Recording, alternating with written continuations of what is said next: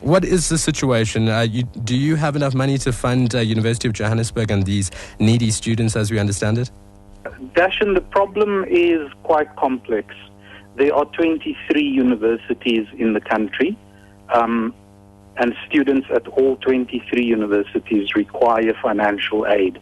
In the 2012 academic year, NSFAS had an amount of 7.6 billion rand available, and that was provided to fund students at universities and FET colleges.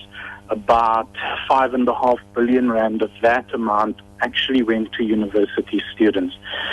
We estimate that for the 2012 academic year, we would have funded in the region of 350,000 students.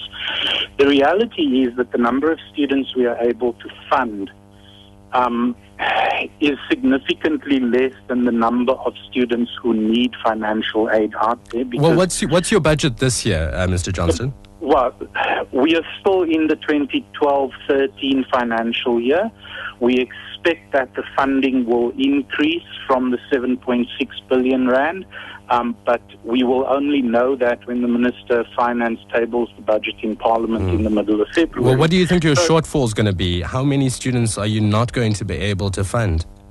Well, Dashan, I can't say exactly how many students we are not going to be able to fund, but we have looked at some numbers, and we estimate that to be able to provide financial aid to all the students who require it, so everyone who qualifies as families can't afford to send them to university, we're going to need 3 times as much money as we get at the moment. So we're talking about going from 8 billion rand to 24 billion rand a year.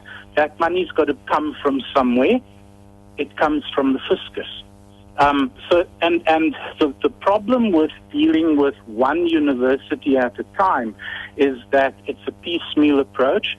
There are engagements with government to look at how the funding for NSFAS students can be increased, but it's not as simple as dealing with one university out of 23. So how will you be negotiating from this point onwards?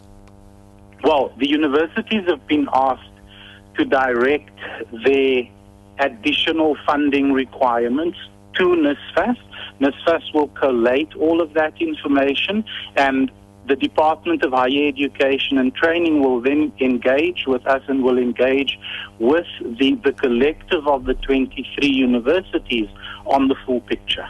Are you concerned that NSFAS or perhaps students that apply for bursaries with NSFAS may be in some way defrauding the institution? Are these bursaries and loans going out to the most needy of students in South Africa, or are these sometimes students who perhaps are cooking the books, showing a household income that is well below what the actual income is?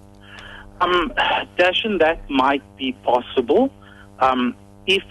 If facts like that are put before us, then we will certainly take action. But, as is usually the case, people say that these things happen, but no one is actually prepared to come and say, this is the case, these are the details, so that we can actually take action about it. And if people would like to come forward, is there a hotline number, a helpline number they can contact you on?